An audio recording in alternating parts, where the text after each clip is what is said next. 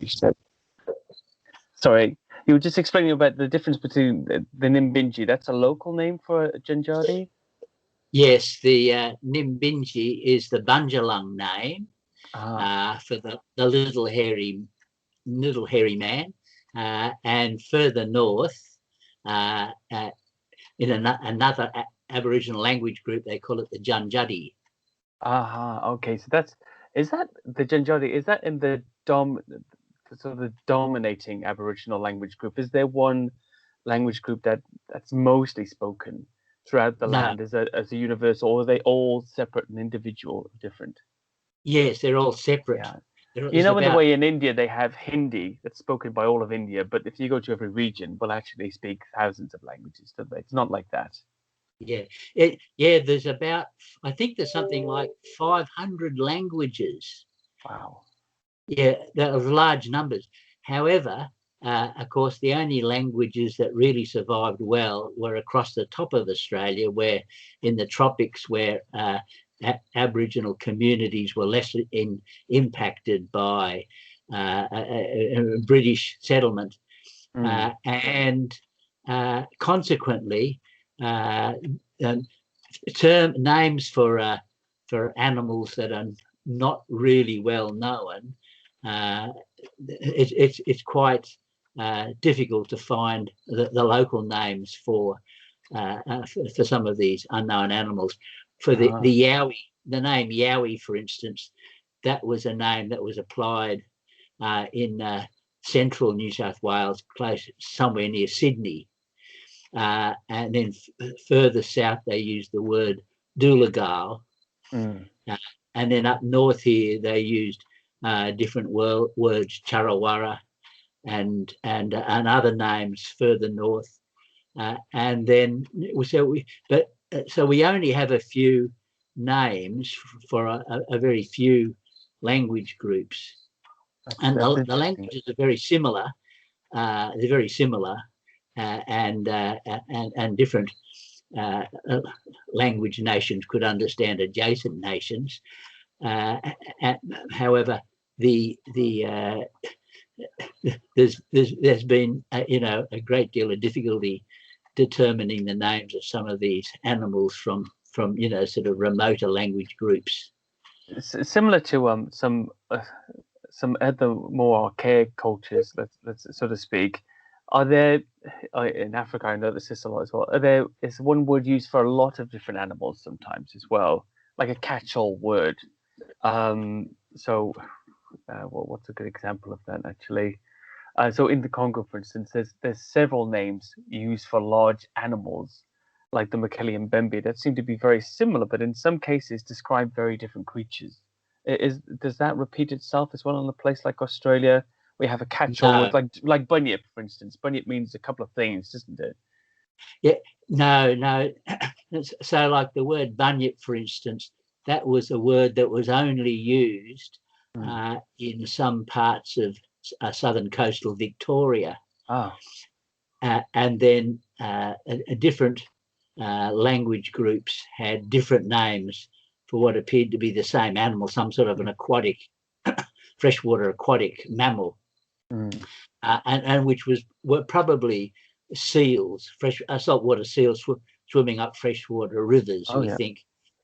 However, then once Europeans or British became acquainted with these animals and the local term for them, then the word bunyip, for instance, spread right across the community.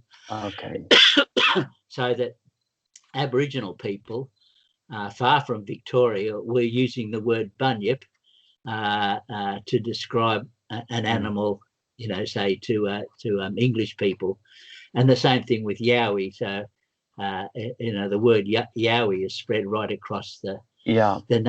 Everyone calls it a yowie.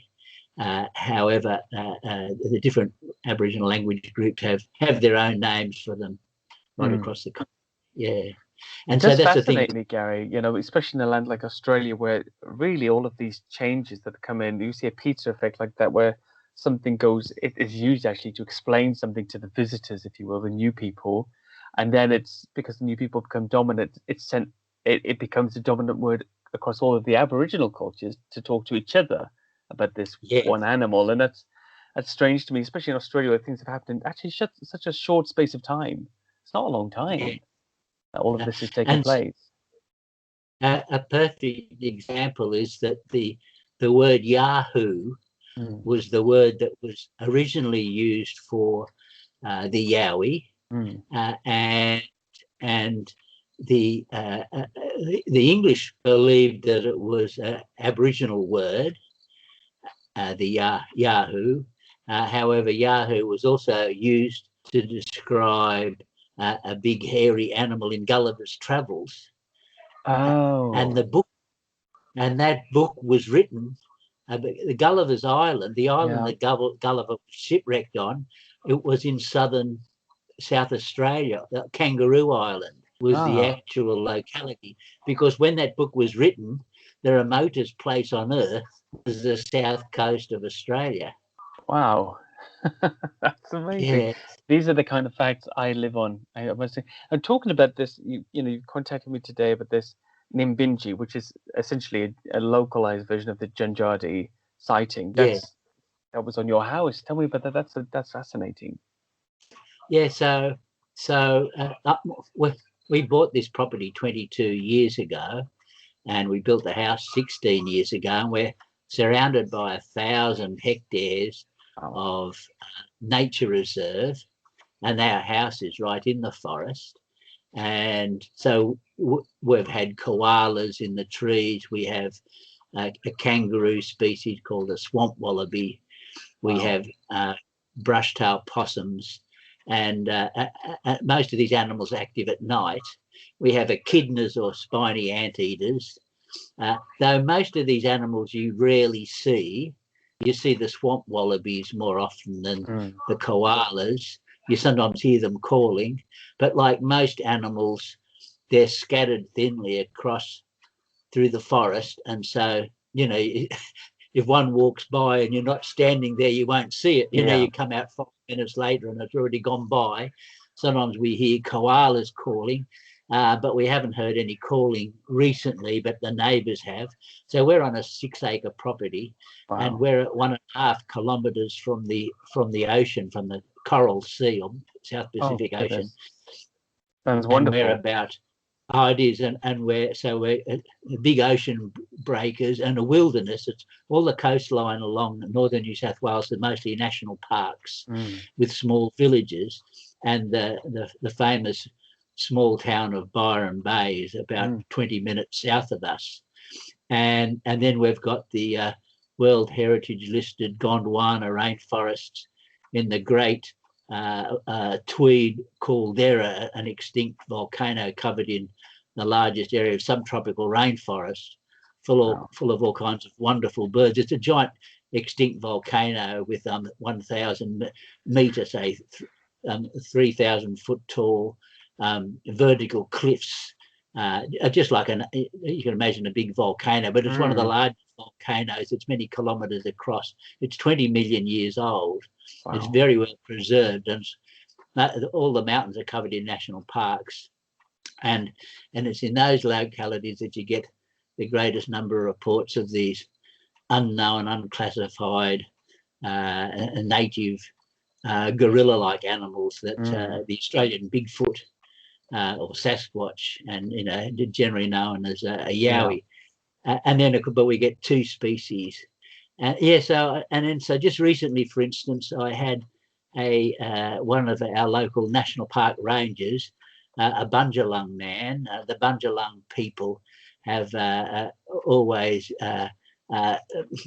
owned and taken care of northeastern New South Wales, and this Bundjalung National Park ranger just called in to tell us that they're going to do some work slashing the fire trails that run through the forest. The forest is eucalypt forest and Melaleuca paperbark wetlands and Banksia forest. They're very ancient forests. We've got prehistoric cypress pine forest and hoop pine forest, some of the most ancient forests on Earth. So the national parks. It's a nature reserve, Billy Nudgell Nature Reserve, and they take control. They on very rare occasions they'll mow it. So I asked him, had he had any recent reports of these Nimbinjees, and he said, "Oh yes, a couple of 3 years ago they were repairing the walking track up Wollumben or Mount Warning, which is a roughly 1,500 metre tall spire, about 3,500 feet tall. It's a volcanic plug. It's all covered in rainforest, and the ranger told us that oh yes, they could see the Nimbinjee tracks. They have distinctive tracks they make through the forest, and it was crossing the national park walking track, and it's all steep country, of course, and so they'd had their big heavy tools. I think they were helicoptered in, and they had their boxes full of tools and covered in tarps to keep them dry, and they'd placed them near the entrance of one of these Nimbinjee walking trails, and they said when they came back the next day, the Nimbinjees had covered their toolboxes with large amounts of plaited hair, which is a distinctive thing that these Nimbinjees do. And because these are very sacred animals, and so so it was this plaited hair. Wow. And the interesting thing is that one of the fascinating things that they often appear to plait the hair of horses, their manes. Yes, that's a very bizarre thing, and yet I've had people tell me that, and even show me photographs. A very bizarre thing. So that's the first time I'd ever heard of that. And then another time they found that the box smelt very strongly of urine, and that the Nimbinjees had urinated on. Yeah. So I've received quite a few reports over the years, from my what is colloquially known as the little fellas. Is that right? By the Aborigines, the meat eaters. Yeah. No, they generally just in here. They just they just call them Nimbinjees. Yeah, or Jimbins. Yeah, Nimbinjee. There's a famous small village, the town of Nimbin. It's very well known for as a hippie village, and in fact, I was there in 1973, the Aquarius Festival, which went on there for 2 weeks during the Aquarius Festival. It's only about 3/4 of an hour's drive through the countryside from where we live, and so there's some spectacular rocks. The whole countryside here is ancient volcanic, and so there's some volcanic dikes. They're spectacular basalt and rhyolite. Sounds like a hiker's paradise, Gary. Oh, it is. No, it's total paradise. It is complete paradise. That's why the hippies settled there. Yeah. Because the greatest paradise you can imagine in subtropical conditions, beautiful, rich, fertile soil, subtropical rainforest, no pests or anything of any consequence, and a perfect place for growing dope or growing food or what have you. And so Nimbin has always had been the Aquarius Festival, of course, in '73, there was virtually no drugs or anything. It was a sort of university arts festival, back to nature sort of festival. There's only about 5,000 people there. However, in Nimbin Rocks, there's a cave there, and there's this tale about how a Nimbinjee was living in one of these caves, and this is prior to British settlement, and the story goes that they tried to smoke this Nimbinjee out by putting a fire at the entrance of this cave, but it escaped by climbing out of a hole at the back of the cave. So that's the only actual story about the Nimbinjee, hence the name Nimbin. And otherwise, I had never heard any stories of it until people began to phone me up and tell me about observations. And as I said, on my Wildlife Talkback radio program, now in its 24th year, it's on every Saturday morning at 6:30 in the morning every week. And a chap phoned up, Richard from Crabs Creek Valley, which is close to where we live. And he described how he was herding his cattle on his small farm, and the dogs. And so he phoned up. He's talking to this over on air, live on air, that these cattle dogs rushed over and began barking at something. So he rode over to have a look at what they're barking at, thinking it's going to be a cat. And he was astounded, the animals that he saw there. And he said he was a bit reticent about even describing what he saw, because that was so astounding. And I said, well, what did you see? I was sort of thinking he's going to describe, something like a big cat or a marsupial lion or a thylacine or something, because we've had lots of reports of all of those. And now he described the 3 little hairy people. Wow. And one was 4 foot tall, and he was an Englishman as well. And from his voice, I could tell he's an old English man. And unmistakable. He said, yes, and he said that there was a male that was covered in black hair, about 4 foot tall. Standing beside it was a female that was about 3.5 foot tall and covered in light brown hair or blonde hair. And in beside that was a youngster that was also covered in the same coloured hair as the female. And then they just ran off into the bush. Wow. And then I've received a few other reports as well. Right on the edge, on the outskirts of Byron Bay, there's a suburb called Suffolk Park. And a gentleman phoned me up, and I went and had a visit to the site. He said he was walking his dog on a slope. So most of this area is cleared, but there's just small areas of bushland here and there, and then very extensive areas of bushland in the mountains and along the coast. On the fertile rainforest, level land and eucalypt forest lands, mostly cleared about 100 years or so ago. But the sandy soils along the coast supporting banksia and eucalypt and paperbark forests was no good for agriculture, so they were left alone. So, and in the mountains, the steep mountains, also with their porous soils, were also left alone. So you've got sort of coastal forest intact and mountain forest intact. Second, Gary, let me close the window here. Somebody's just started some drilling outside. Sorry. There you go. If that's living close to people. There's always some sort of work going on. Yeah. So you got forest coming down from the mountains. There's the rivers obviously created valleys, because they're all very ancient, 20 million years old, the landscape, and so the ridges are covered in forest. Wow. Much of it has been logged, but the steeper country hasn't been. So you've got narrow valleys, and then you've usually got a bit of forest along the rivers and creeks as well. So you've got a patchwork of undisturbed forest. Just plenty of space to roam around in. I would suppose, and it's similar here, even in places like Britain, that outside of the paths that people normally walk on, nobody's walking through those forests. Oh no, large groups of people trekking through those isolated forests. They're following trails and walkways.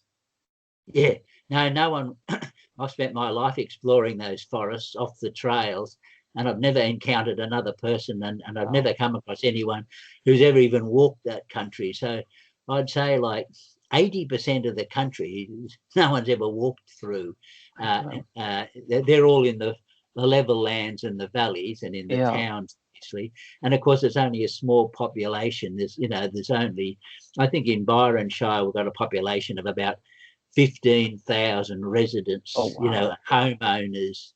There might be 30,000 people altogether, and then there's so they're small. We're thinly scattered, and where we live, like we've got a 3 kilometre house. We're at the end of the road, and there's only another 3 other properties.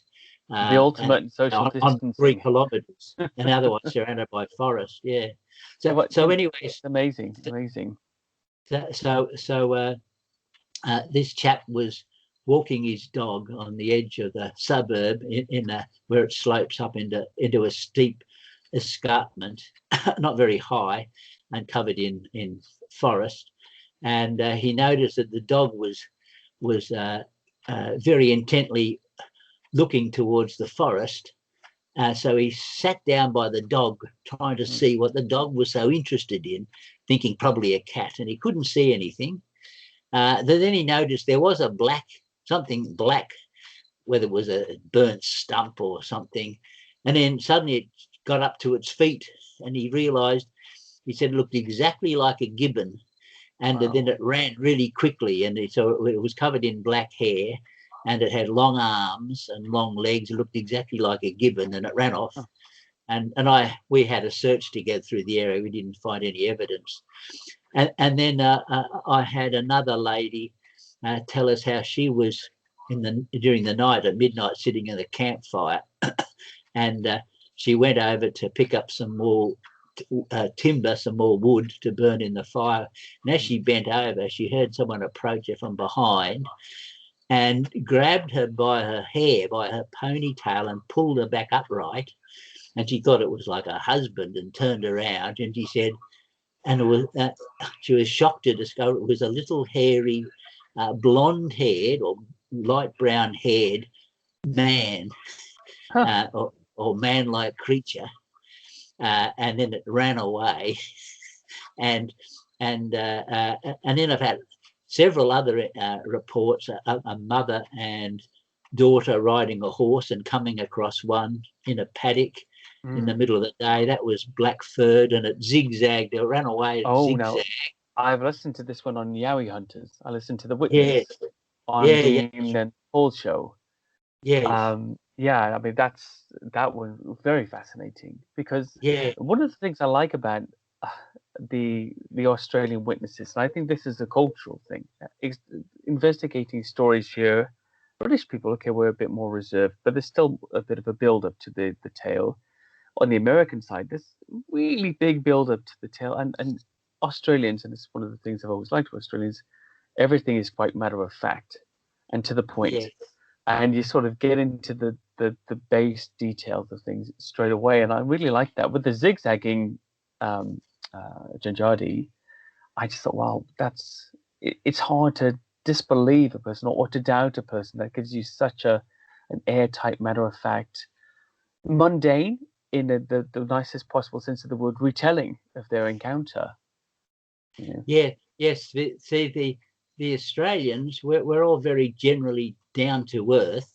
Now the city dwellers, of course, are more everywhere. Addicted to technology and stuff. You go into the country. We're in the countryside here, and of course I'm 73, and I grew up in a different culture that we had virtually no technology. We had steam trains and the greatest technology. Television didn't even arrive until I was 9, and so everyone's got a very matter of fact, easygoing personality, and of course the country people, they know each other. Big difference to city dwellers. Say, you can tell city dwellers, everyone's pushing and shoving and competing for space, trying to get a place at a cafe or whatever. Well, I'm just outside of London, so that's been my life for 11 years. In fact, when COVID came in, as much as I hate the lockdowns and all everything else, and I work in healthcare, everything else that happened, not being pushed or shoved on a daily basis in London has been an original and an exciting experience to me. But that should be the case, that I get space. It's an unexpected benefit of a terrible situation. So because you've got a small population in the countryside, obviously, and everybody knows everybody else, and so everyone's very matter of fact in their style. The city dwellers, of course, they don't look about, because if you all over the world, someone's eye or something or other, they might want to try to sell you something or other, and they're all suspicious. But the country people know each other, and so there's very little crime and there's no hoaxing going on, because if you tell lies, then the whole community knows. That's your reputation forever. That's right. Joe's, you can't trust Joe. He says he did this, that, and what have you. Yeah. So when people describe what they're seeing, they're describing unusual animals in the same way they describe well-known animals. So anyway, this sighting that happened, I think it was the 20th of November. Our daughter Loana and her Colombian partner Mateo were staying with us for a couple of weeks, over Christmas and New Year, and they tend to stay up. Young people, they tend to stay up later than we do, my wife and I. And so we'd gone to bed, and of course they're still up at 2 o'clock looking at videos or something. And then they turned off the lights and about to go to bed or go to sleep. And then they said they could hear this sort of a cooing sound, some sort of unusual sound. And Mateo actually recorded it. Oh, wow. And I've asked for the recording. I've listened to it. It's just recorded on a phone, so it's not very loud. But they said they could hear two animals. One seemed to be right outside their bedroom, and all the bedrooms of the house that we built 16 years ago. It's right in the forest. It's got forest all around it, and in an orchard. And they could hear something. All the bedrooms face the ocean, so you can just hear the roar of the ocean in the distance, and you can hear no unnatural sounds. Unless a plane goes overhead, you never hear anything. But nature, the birds, look, every window there's birds of all different descriptions, beautiful parrots and stuff. Wow. Within a metre of every window, every time you look outside, you're watching all of this bird life and water dragons, and there's all these animals all around the house. And so I'm on a plane. I'm on my way, Gary. and there's all kinds of insects, and there's cicadas buzzing, and and there's beautiful butterflies flying around in the daytime. So it's always beautiful, and we've got lovely gardens, flower gardens and vegetable gardens and an orchard. So yeah, it's complete paradise and very private. But you're only a few minutes away, and the towns here are all stunningly beautiful, like Brunswick Heads. There's no more beautiful town than Brunswick Head, with creeks and rivers running through it, and very antique, like a bit like traditional, something like traditional British villages, different style buildings, like things built in the 1920s or 30s or 40s, because not old like Britain, British. This house isn't that old, and it's 1866, I think. So it's not the oldest by far. It's just it seems to be sort of a general age. Yeah, that would be very old in Australia. You only get those buildings in the centre of the major cities, and scattered around the countryside, the old farmhouses. Anyway, so it's a very quiet night. You can just hear the distant roar of the ocean from 1.5 kilometres away, and that's about a bit over a mile. And then they could hear this sound as if two animals were communicating, and so they opened the screen doors. We have big the bedrooms all have huge glass windows. The whole place has got big windows all around it, so you constantly got all this light coming in the daytime, or at night you're always looking into the forest. And Mateo in particular said he could hear something moving quickly in the garden, just only a couple of meters away, say 6 feet away or so. And then he saw it just very shadow-like. He said it had sort of shaggy hair, black hair, and it jumped onto a palm tree. We've got these beautiful bungalow palms all around the house, and it jumped onto the bungalow palm and then jumped onto the roof.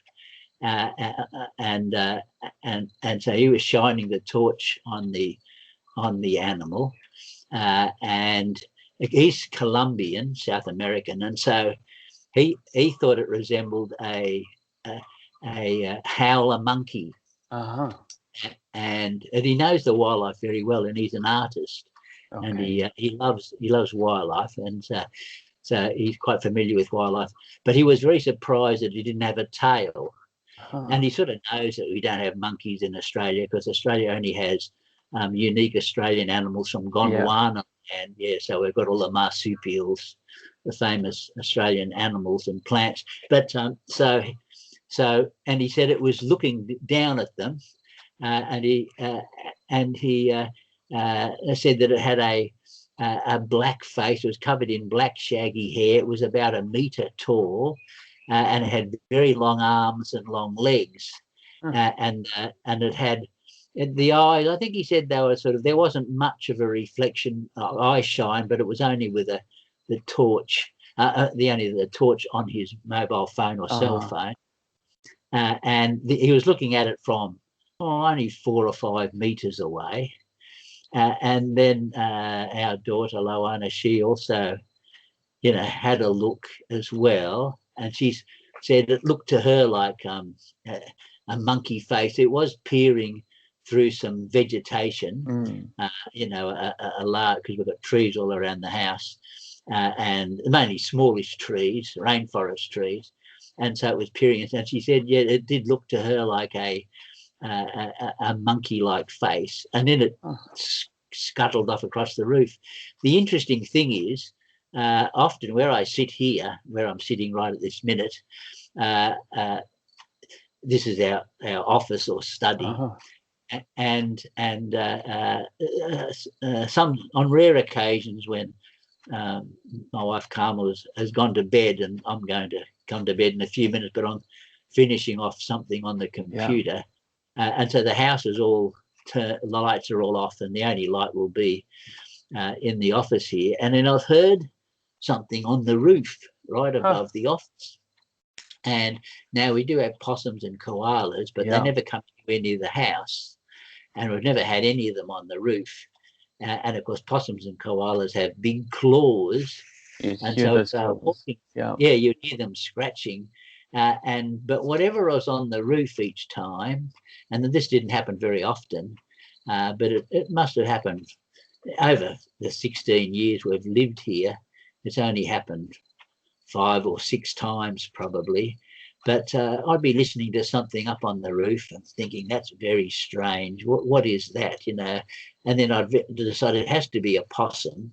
So I'd go out with a torch or flashlight and have a good look around. And possums, usually if there's a possum around, if they see you, they get upset at you, and males in particularly, and they have this sort of a call. The marsupials have typically very similar calls. Some have very powerful calls. The koala is the most powerful of all, and the yellow-bellied fluffy glider, the gliding possum. But they just, if you shine a light on them, they just perch there and look at you. They don't. They're fairly slow-moving animals. So they freeze almost. Yeah. They tend to freeze and just look at you, and then they'll look at you. And if you begin to get too close to them, they'll climb higher up and look at you. So they're easy to see. So I would shine the torch around everywhere, expecting to see a possum, and find absolutely nothing at all. And so I've never seen anything like that around the. This is amazing to me, Gary. That all this time, especially in your profession and with your love for unknown wildlife, that you could have been receiving visitations this whole 16 years, and they're saying, Gary, we're here, we're on the roof, and there you are heading out into the into the forest and the jungles looking for odd creatures, and they've been there all the time. And with this description of the Nimbinjee, from your son-in-law, your daughter's partner, looking like a howler monkey or a gibbon of some kind, was the face? Did it have a muzzle then, or was it flat? Did they see that detail? It seemed it had it didn't have a large muzzle. It had a fairly flat face, a slightly pronounced jaws or mouth, and then I've got the illustration that Matteo. I'd love to see it. I've got it on the computer, and I've been going to publish it, but I haven't got round to it yet. But anyway, so when I saw his illustration, I said, that looks very much like a gibbon. And that's interesting because I've had reports of an animal, you know, that people have described. If they've looked on the internet to try to find out what it is, they'll go, oh, there it is, it's a gibbon. But of course, most people, they don't really know the wildlife. Most people aren't all that interested in wildlife. So, you know, they wouldn't know maybe that there's no gibbons in Australia. So anyway, I said, look, have a look at the gibbon on the internet. And he had a look. He said, oh, yes, that's exactly what it looked like. But he didn't know gibbons existed. With the Janjadi, other Janjadi and Nimbinjee sightings, would the proportions, the long arms and long legs, like the gibbon, would that match with this recent sighting, or would it be? Do you think it's something slightly different to the Janjadi? No, I think it's very similar.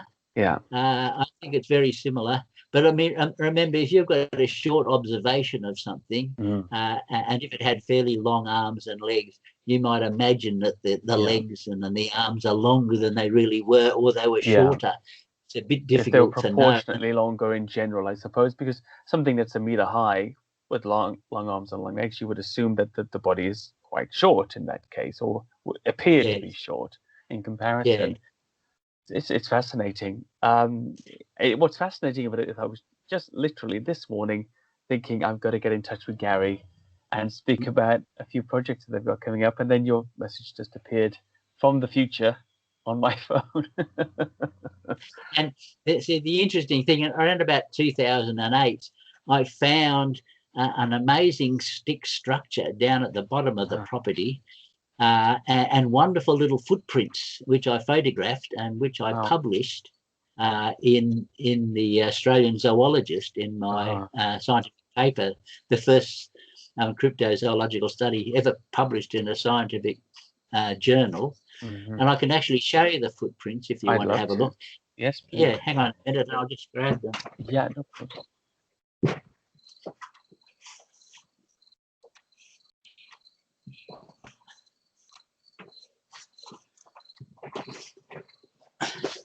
So that's the Australian Zoologist. This is the Dangerous Ideas in Zoology edition, 2017. And I only submitted this article because they wanted really dangerous ideas. So I presented my study. It's a citizen science study because it's based on, at the time it was based on about 18 years of wildlife talkback, live to air radio broadcasts from ABC North Coast Local Radio, and so it was.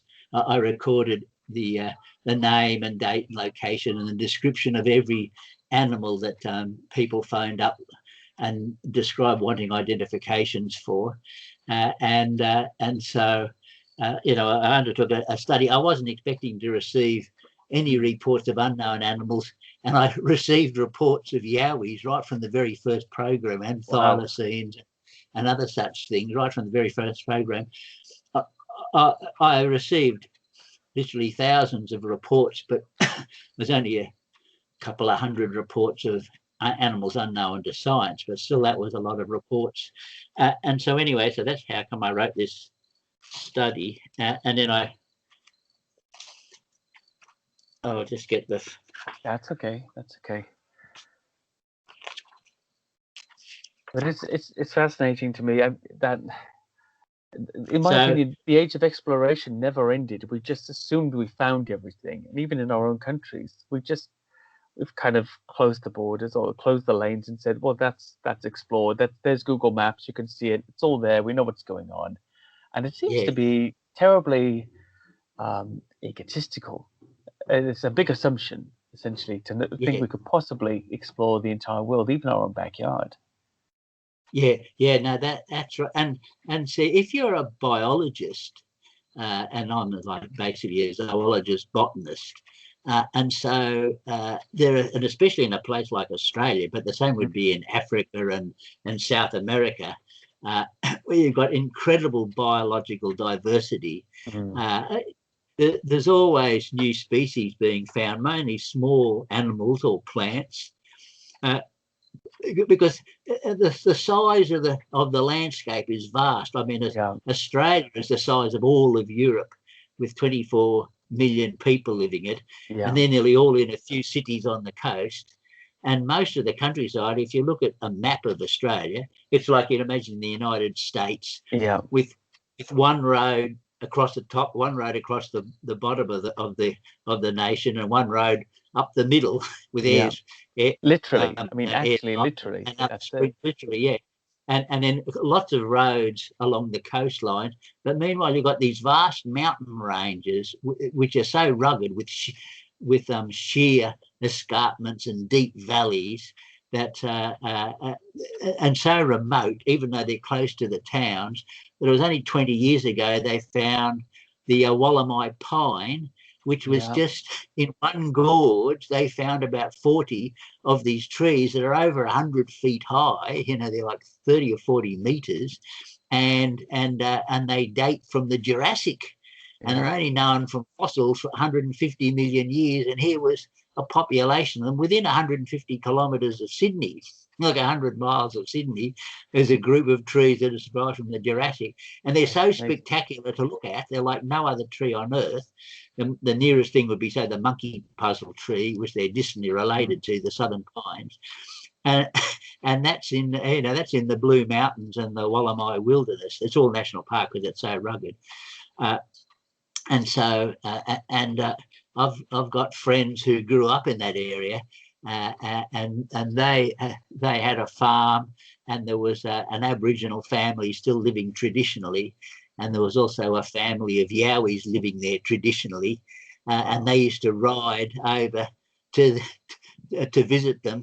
And they'd take, one time they took an old horse blanket to the Yowies, and they wrapped their baby in it, you know, and the father described them, called them Bigfoot.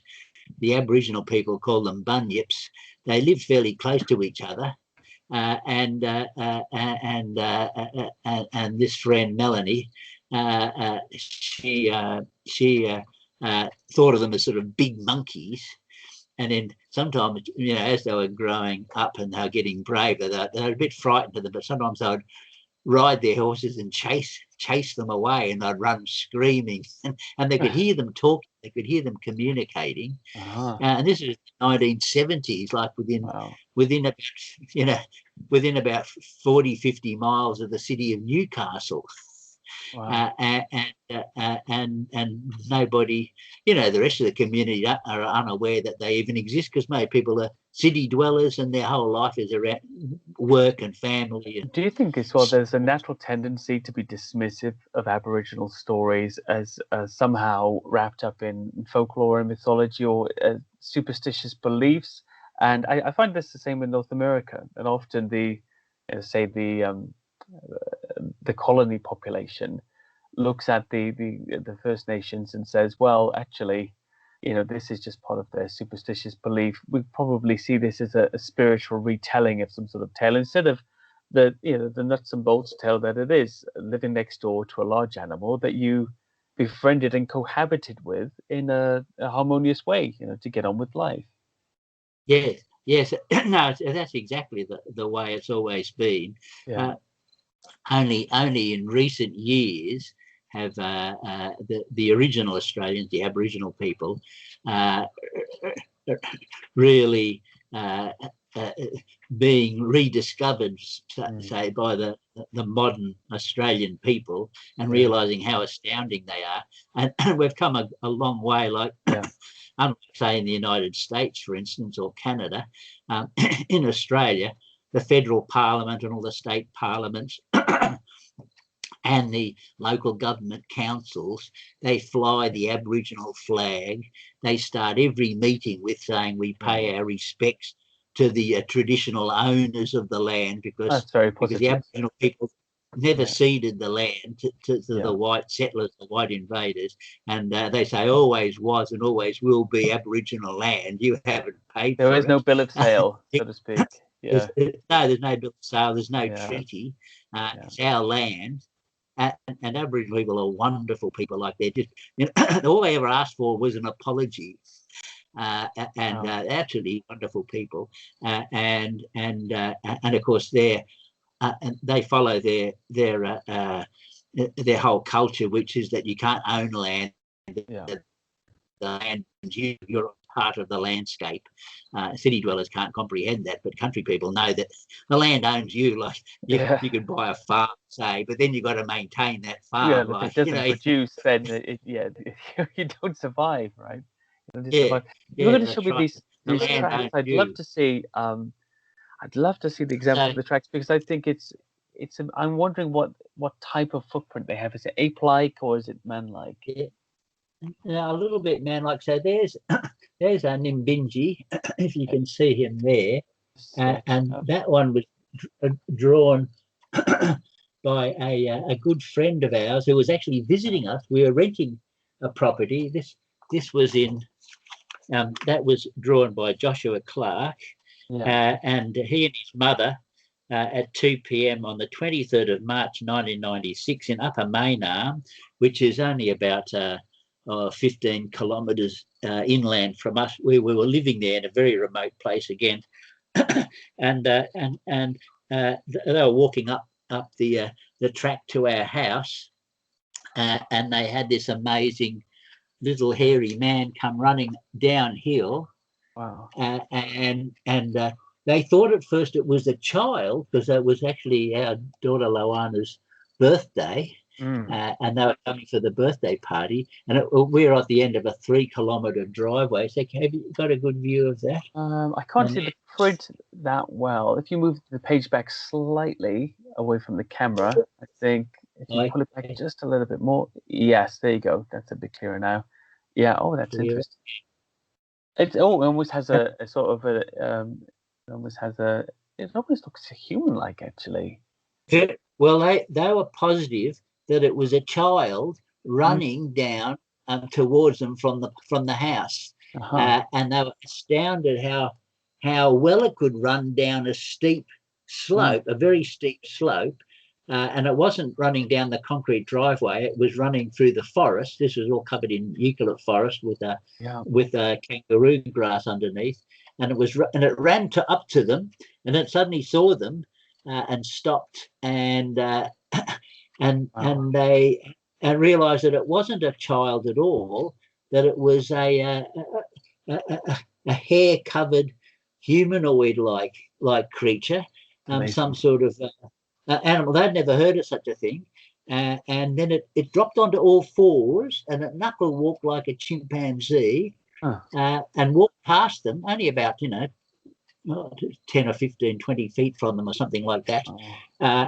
And then it wasn't frightened of them. And then it continued down the steep slope, got back up into its hind legs and ran like a person. And then these are the footprints that I found. So see if you can see them. I can see, yeah. I'll put on the light on, actually. Yeah. I think it's slightly too close to the camera, but we'll see if that's... okay, yeah. Yeah, I can see it now. Yeah, I can see it. Perfect. This one here. That's amazing. These footprints I found, and there's the little stick structure there, and then they're the general footprints, and look like a handprints as well. Yeah, maybe that's from the knuckle walking. Yeah. But this was, and that was, I'll put this light down there, might have a bit like that. So that was, those footprints I found in 2008, I think it was, just near the house, near here, whereas the drawing was undertaken from that encounter in 1995, long distance away. But these footprints, they're in a wheel rut, found on the 12th of September 2008, and so there you go. And then as well as that, we've also encountered the large yowie. I think you've had a sighting of that, haven't you? You had yeah. Was that near your home as well, or was it further into the forest? Yeah, that was further into the forest. So that was about, I think it was also in 2008 that occurred. And I was walking along the track. We have a track that runs, just a track that runs to the beach, runs for about 1.5 kilometres to the beach. When you get to the beach, it's a wilderness beach, like it's beautiful, big waves and big sandy shore, and not a soul to be seen for kilometres. Wow. And so I was walking back just before dusk. It was still daylight, bright daylight, and I could hear something moving towards me, pushing its way. And then there was through the thick vegetation, and it's like the forest there. It's covered in these big scribbly gum trees. They've got white trunks. They're not very tall. They're have quite a large canopy, and insects, the larvae, caterpillar of a moth burrow through the bark and leaves these little scribbles. So they're called scribbly gums.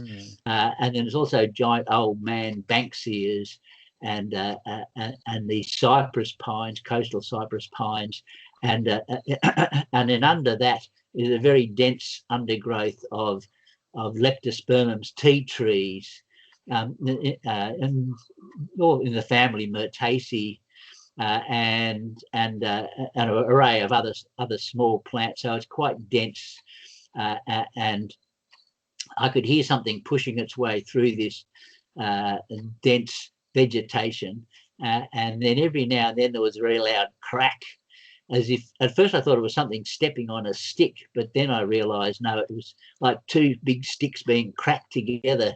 Wow. But very loud and sharp, a really loud crack. And anyway, that went on for the next 15 minutes as this animal came in towards me to within only a few meters, and then it walked up the track and then back towards me again. And then I pushed my way in to try to have a look at it.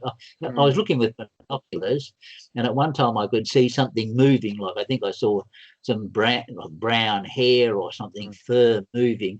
It was definitely wasn't the vegetation moving, because I was watching to see if I could see it was, but but I didn't get much of a glimpse of that. However, and anyway, I so that was my only encounter with a yowie, even though I've heard them with their incredible bellowing roars and gurgles and barks. They have amazing calls, which I've heard on very rare occasions. But when I have heard them, it's usually been 2 or 3 in the morning, and the calls will go on for 5 minutes or so. It'll be 90 to 100 calls, but repetitive, like the same calls again and again and again. Really powerful calls. Like you say, like a bark or like a howl, as you see on some of these Finding Bigfoot style programs. Is it more of a barking sound? Like the two different occasions where I listened to them for 5 minutes each time. One was a bellowing roar. It was sort of like, yay, yay, yay, yay, like that. It went on for 5 minutes, and after about 5 minutes, 2 dingoes started to howl, or 3 dingoes. So I could compare the sound, and it was only coming from a couple of 100 meters away from rainforest, in a remote, quiet place with no other, it was all forest around me, and of course it was absolutely unlike any other animal I'd heard. But I'd heard something similar in New Guinea in 1973 and 74. In the high altitude mountains when I was with the Wow Ecology Institute, and we were studying birds of paradise and what have you in Papua New Guinea.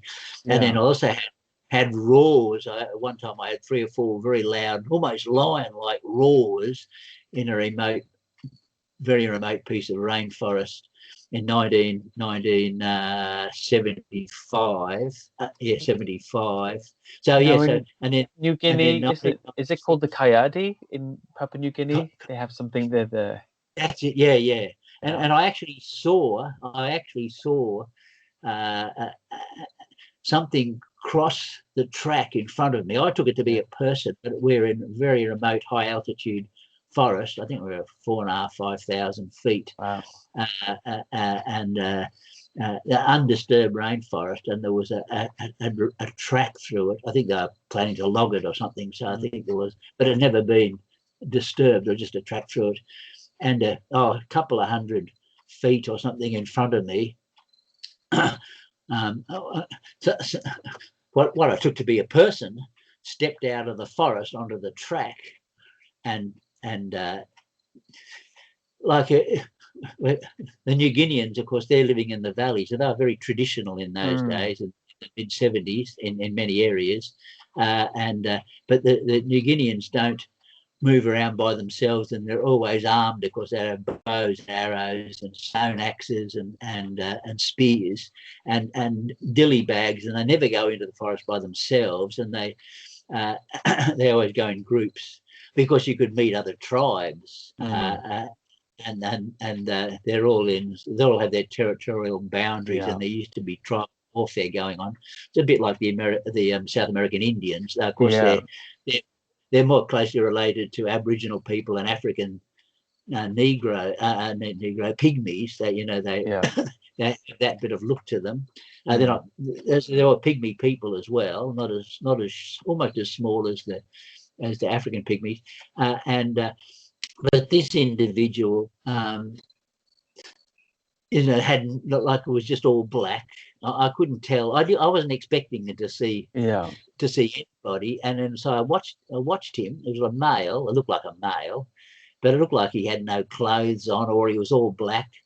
But the New Guineans are dark skinned anyway, and sort of curly haired, but I couldn't see if he was covered in hair or whatever. I didn't even think about that. I just thought, oh, there's a person for some reason. What's he doing there in such a remote locality? And then he walked along the track a short distance away from me, and then dropped down to where there was a biologist studying birds in a hide, and I just thought, Thane must have organised to meet someone here, but I couldn't understand how that could have happened, because it was a very remote locality that we were working in, and he never saw anything, and he couldn't really believe me that he had no way of a person. And this would have been outside of the scope of the villages and where they would normally live. This is an uninhabitable area essentially on the mountain. That's right, because they're mostly in the valleys or in cleared areas on hilltops. But these in this area, this was very remote, undisturbed rainforest where no one ever travelled through. And if they did, on very rare occasions, go hunting there, they'd go in a group. They wouldn't be roaming around by themselves, and they would definitely not be wandering around without any clothing on, or because I didn't know if he was just dressed in. He might have been like just a normal New Guinean man, dark skinned, and he might have had a dark pair of shorts on, and bare feet like how they normally go around.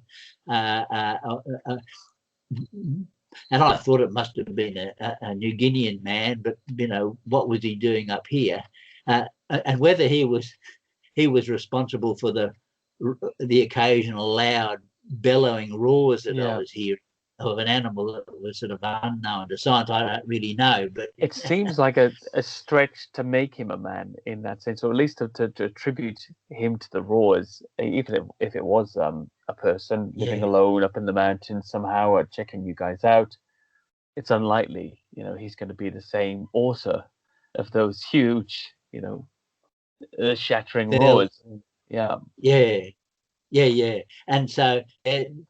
And of course, I never imagined for one minute there was any unknown animals, because that there'd been there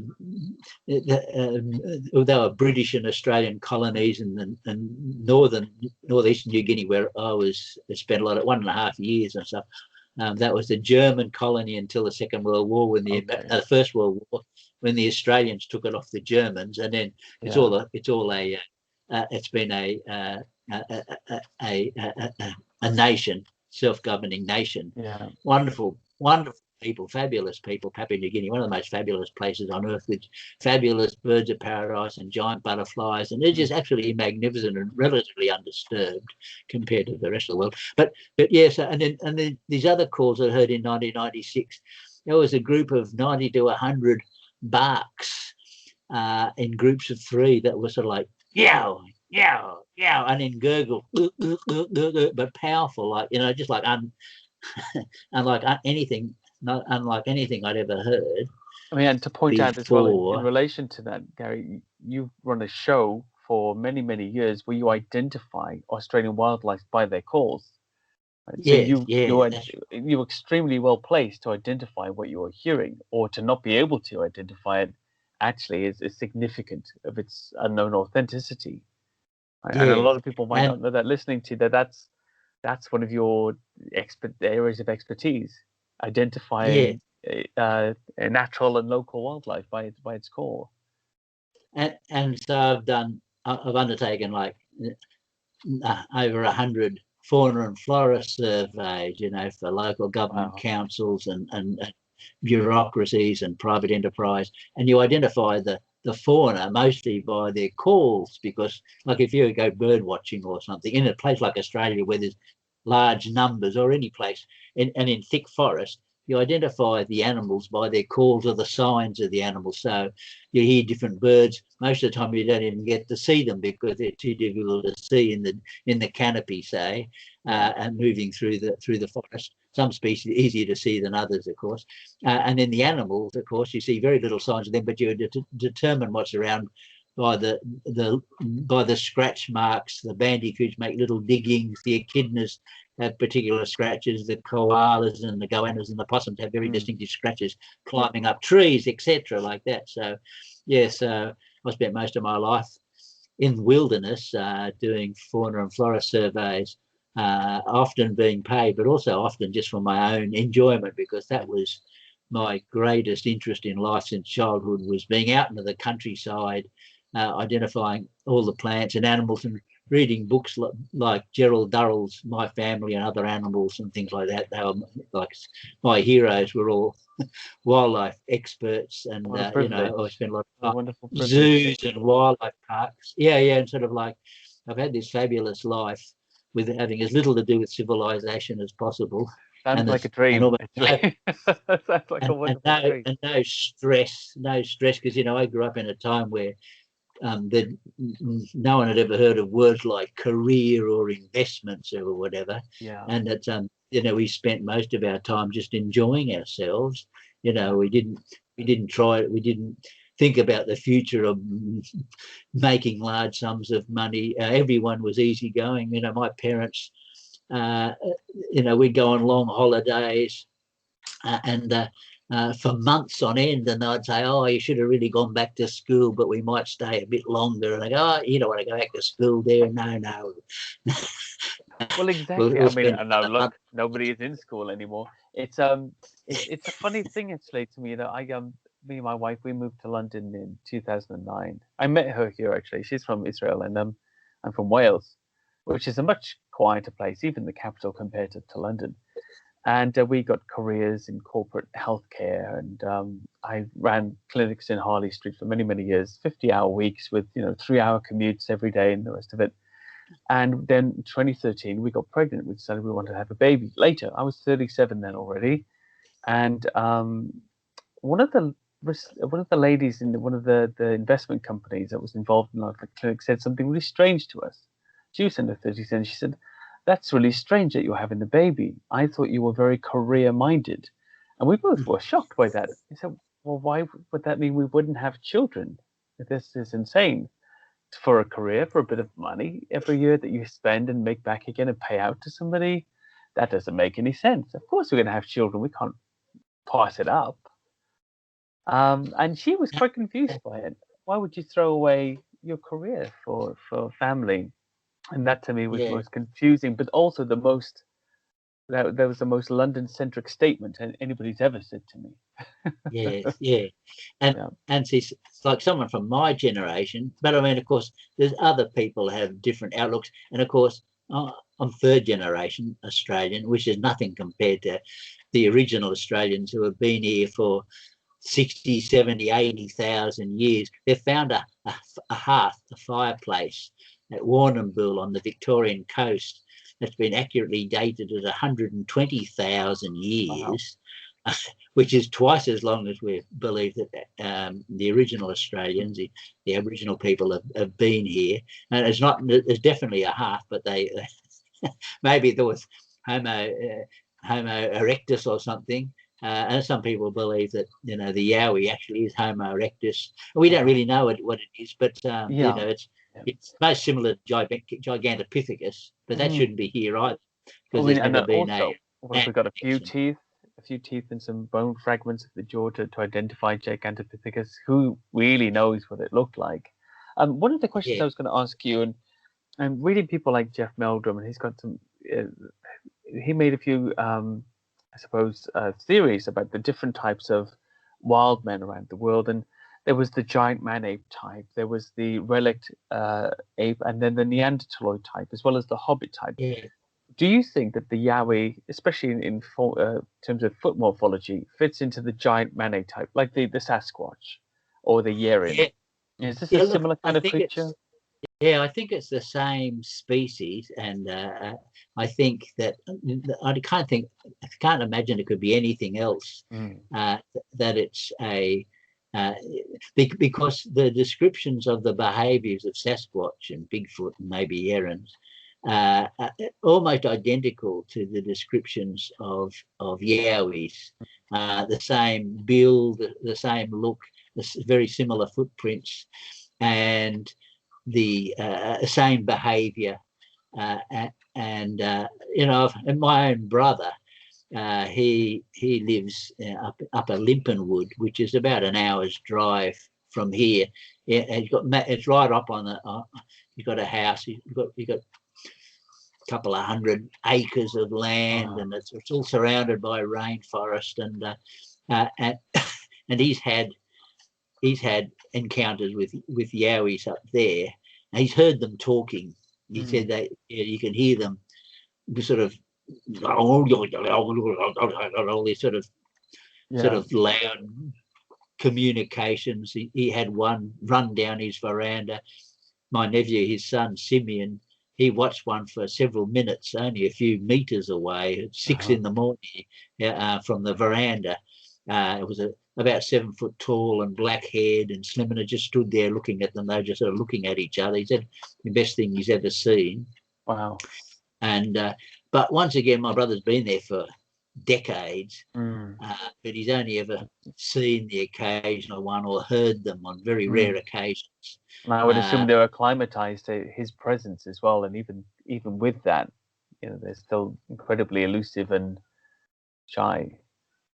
Yes, and they seem to live. You can find their tracks higher up the mountainside, and we've found where they use their claws or their talons or their fingernails to tear away the bark of trees. Oh yes, yeah. Under the rainforest on the trunks. Only occasionally we have yellowtail black cockatoos, which are giant parrots the size of a macaw with about a metre wingspan, and they rip the bark off the trees as well to get at wood boring grubs and witchetty grubs and what have you.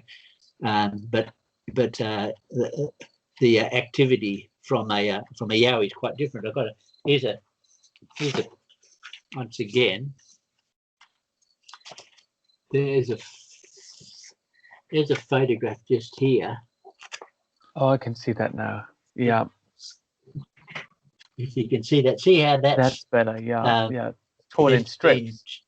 Torn in strips, yeah. And I found about 500 examples of this in one locality. Wow. That's an illustration by Barry Olive of the Yowie. But that's the strips that very precisely done with fingernails. I'll show you. Is it? While you're looking for another, oh, there you go. That's what I was going to ask actually. Okay, so it does appear to have a very ape-like appearance. Does it have a muzzle, or does it have a separated nose and mouth, or is it all under one muzzle? Sorry, I'm not asking that very clearly, but yeah, it's very, very human-like, very human-like. But then, it's but not human at the same time. So it's very much like what those videos and photos and what have you and illustrations of Sasquatch, Bigfoot. They all seem to be very similar. They seem to be almost the same species, but different geographical populations. But the bizarre thing is how such animals could survive undetected to the present. But here in Australia, yowies are common. I mean, there's many reports of them. There's huge numbers of reports of them.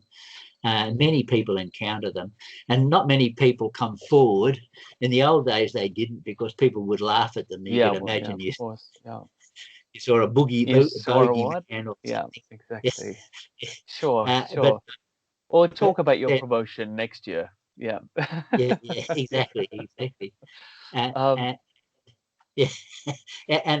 So, but you have to live here to understand the place. Like I've never even been to Europe or England, so the whole place to me is unimaginable.